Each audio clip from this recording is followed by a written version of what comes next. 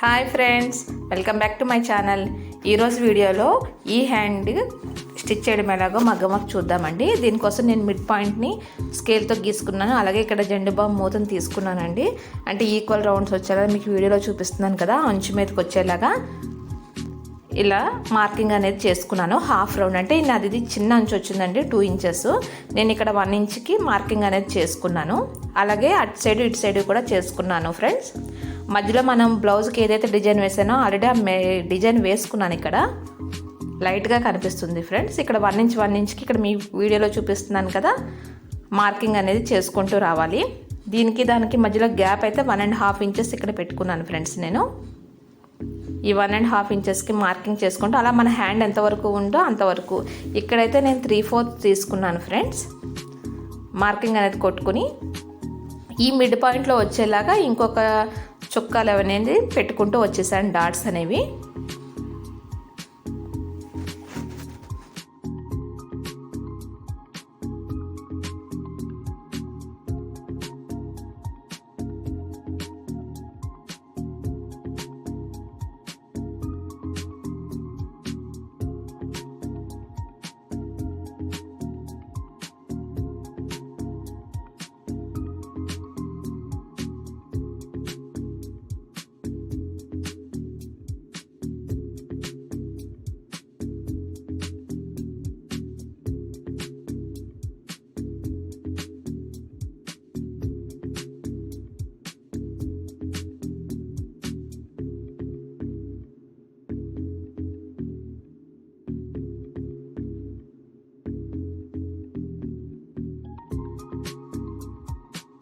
ఇలా ఇక్కడ మార్కింగ్స్ అనేవి అయిపోయిన తర్వాత నేను ఇక్కడ మనం బ్లౌజ్ దాంట్లో యూస్ చేసాం కదండి, ఇక్కడ మ్యాంగో బూటీ ఎలా అయితే నన్ను బ్లౌజ్లో స్టిచ్ చేశానో అలాగే స్టిచ్ చేశాను. ఇక్కడ మిగిలిపోయిన ఈ వైట్ రౌండ్స్ని కూడా నేను ఇక్కడ ఇలా తీసుకున్నాను. రైన్ డ్రాప్స్ మోడల్లో ఉందండి. నేను మార్కింగ్ చేసుకున్న ప్రతి ప్లేస్లోనే నేను ఇక్కడ ఫ్యాబ్రిక్లు అతికించేసుకుని అవి అయితే స్టిక్ చేసేసుకున్నాను.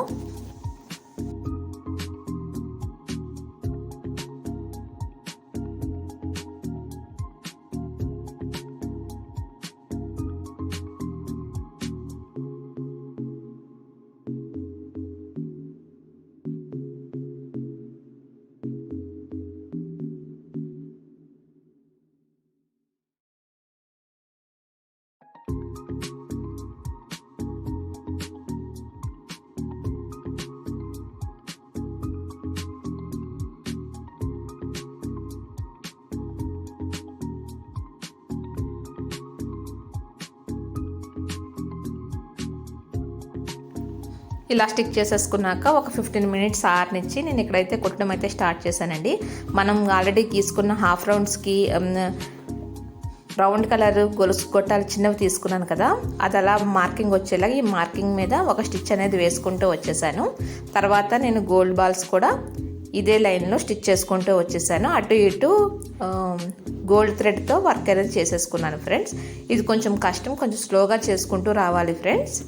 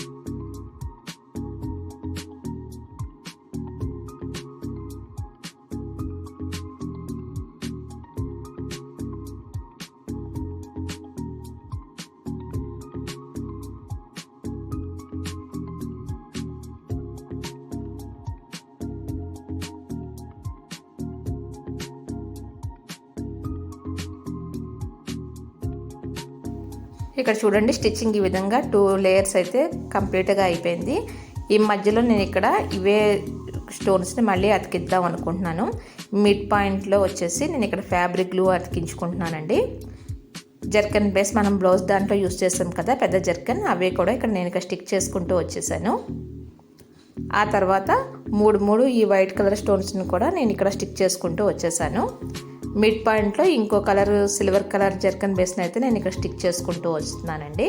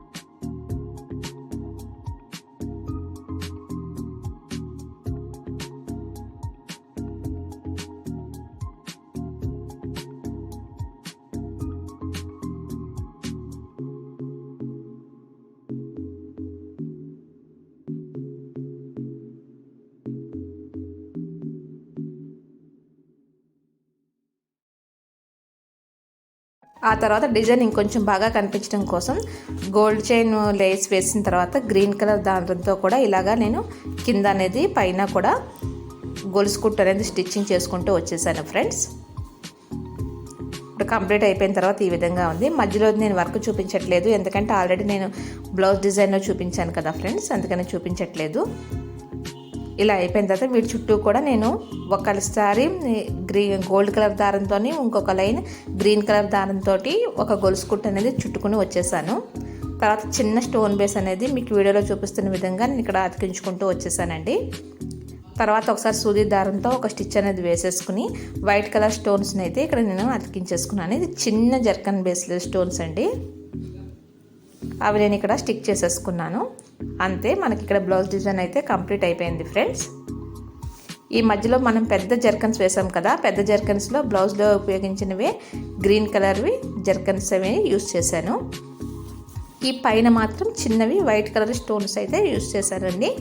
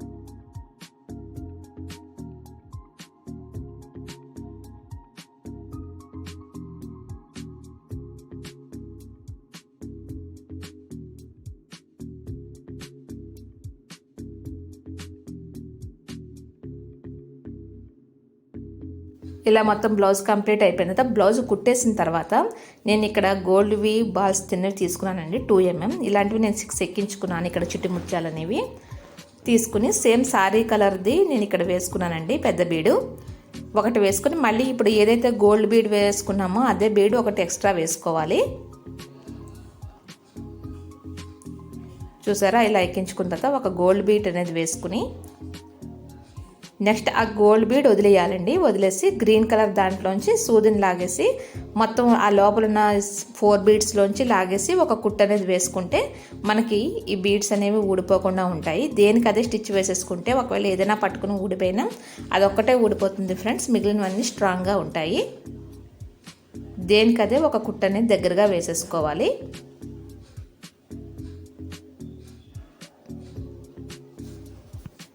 ఈ వీడియో కనుక మీకు నచ్చినట్లయితే ప్లీజ్ లైక్ చేయండి, షేర్ చేయండి. Please subscribe to my channel friends. Thank you for watching. ఇలా అనేది లాగేసుకుని ఒక కుట్టు అయితే వేసేసుకోవాలి. అలాగే నేను 2 హ్యాండ్స్కి కూడా ప్రిపేర్ చేసేసుకోవాలి ఫ్రెండ్స్. కంప్లీట్ అయిపోయాక ఈ కుట్టు అనేది చాలా బాగా కనిపించిందండి. మీకు కంప్లీట్ అయిపోయిన తర్వాత మీకు పిక్ కూడా పెడతాను.